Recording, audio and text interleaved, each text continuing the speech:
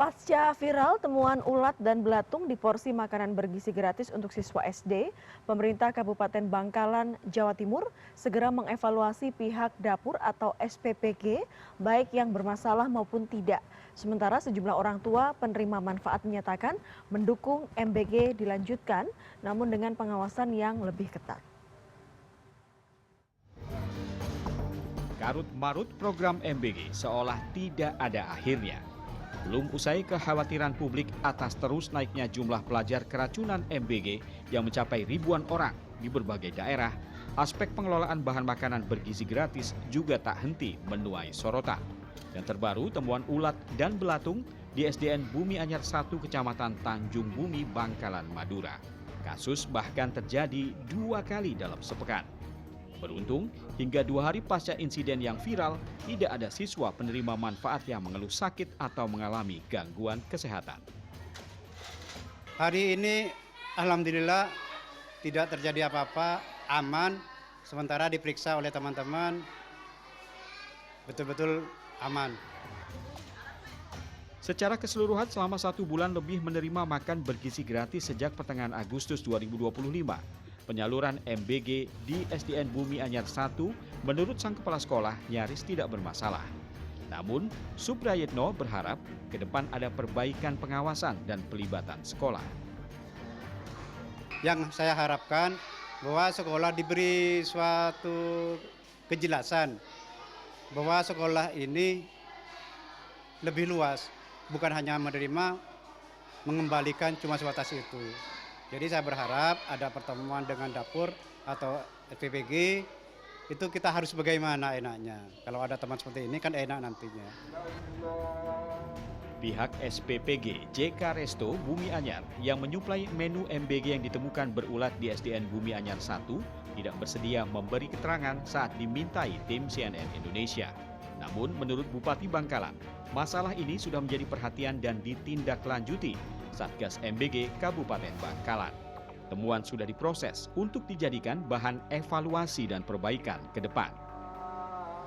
Dalam jangka waktu terdekat ini kita akan mengevaluasi keseluruhan, baik yang memang itu ada persoalan pun yang tidak. Dan kita akan mengkaji dan melibatkan semua pihak terkait dengan SPPG maupun MBG itu untuk kemudian mengkaji tentang teknis dan sebagainya, apakah sudah sesuai prosedur yang sudah ditetapkan oleh BGN dalam hal ini terkait dengan proses dan pendistribusian maupun pengelolaan maupun di tingkatan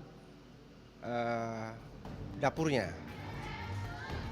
Sementara itu, sejumlah masyarakat menilai niat mulia di balik program MBG layak diapresiasi. Namun, pengawasan pengelolaan program unggulan Prabowo Gibran ini juga tidak boleh dilalaikan. Kalau saya sih lebih cenderung perlu dievaluasi ya, karena bagaimanapun kan murid-murid perlu makanan yang benar-benar sehat dan itu kan bisa dilihat dari bersih enggaknya. Kalau evaluasi penting bagi saya dengan kejadian ini. Diteruskan aja, tapi ya diawasin masalah makanannya, dicek dulu sebelum dikasih gitu. Itu lebih bagus. Harus diawasi, yang penting itu makanannya itu harus kalau dimasak itu lebih lama gitu biar nggak basi itu. Kalau dimakan anak-anak kan nggak tahu kalau basi ndaknya itu ya. Di Jawa Timur sendiri, realisasi program MBG hingga pertengahan September 2025 masih sekitar 2,7 juta dari 10 juta target penerima. Bukan hanya soal distribusi makanan gratis, program ini juga bagian upaya menurunkan prevalensi stunting, anemia, dan menjaga ketahanan pangan.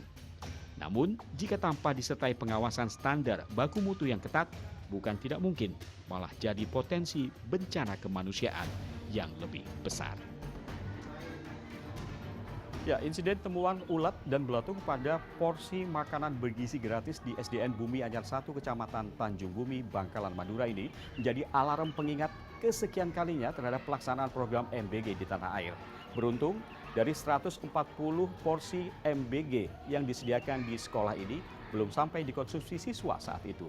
Namun, kejadian ini mengingatkan kita kembali bahwa perlu ada evaluasi menyeluruh terhadap pelaksanaan MBG. Tidak hanya mengenai nilai gizi, tapi juga prosedur operasional standar dalam penyiapan dan penyediaan bahan makanan yang akan dikonsumsi oleh siswa.